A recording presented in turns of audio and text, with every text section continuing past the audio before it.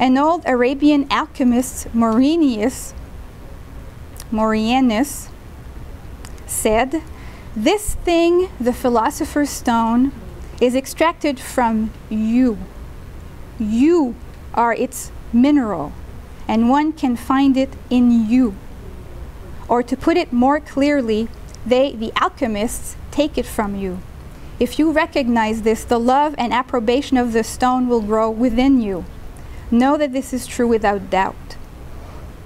The alchemical stone, the lapis, symbolizes something that can never be lost or dissolved, something eternal that some alchemists compare to the mystical experience of God within one's own soul. It usually takes prolonged suffering to burn away all these superfluous psychic elements concealing the stone. At the end of the Potter books, Professor Snape is effectively turned into a clear, brilliant crystal flask filled with a mysterious silvery blue substance. He is himself transformed into a window, a spiritual rock from which the water of life springs, a philosopher's stone, a manifestation of the self and the other.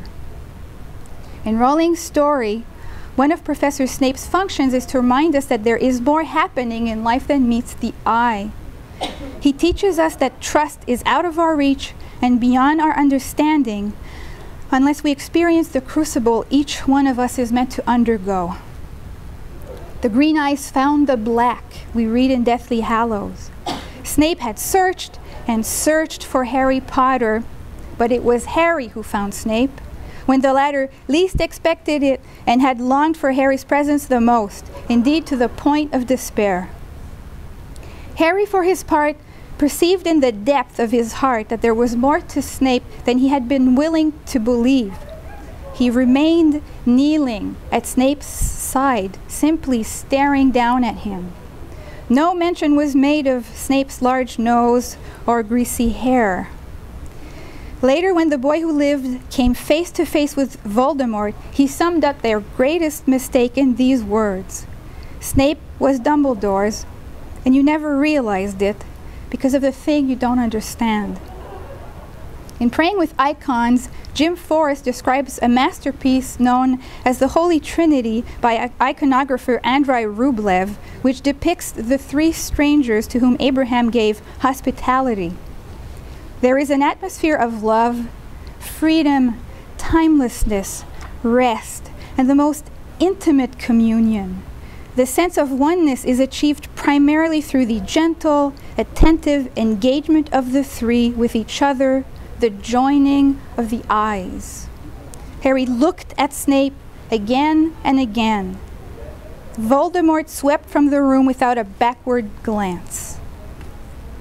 It was just love, the power that had once seemed so unimpressive to Harry, which finally shed the light on Snape and enabled Harry to vanquish the Dark Lord, who had ridiculed both love and trust, who had feared love and trust. Voldemort fled death, yet there was no life in him. It is written in the Tao Te Ching, "He who does not trust enough will not be trusted. Hence, he who trusts will be trusted. He who loves will be loved." Hopelessness and love are incompatible because hopelessness is foreign to forgiveness and insight. To believe that there is no hope is to affirm that change, whether in ourselves or others, is impossible, and thus close ourselves off from creation. To choose atrophy instead of growth, death rather than life. Growth happens. As Harry put it when George asked him, "So what's the plan?" There isn't one. At the moment Snape's widening eyes found Harry, the headmaster could have well recited these words from Isaiah. "My body is racked with pain. Pangs seize me like those of a woman in labor. I am staggered by what I hear. I am bewildered by what I see." Only love grants insight and sight, understanding, unity, identity. By joining with others, I discover who I really am and who others really are. I shall conclude with yet more wisdom from the Tao Der Jing. The wise man explores without traveling, discerns without seeing, finishes without striving, and arrives at his destination without leaving home. So, the Philosopher's Stone is in each of you. Never let anyone tell you the contrary, because it's not true. That's all. Thank you.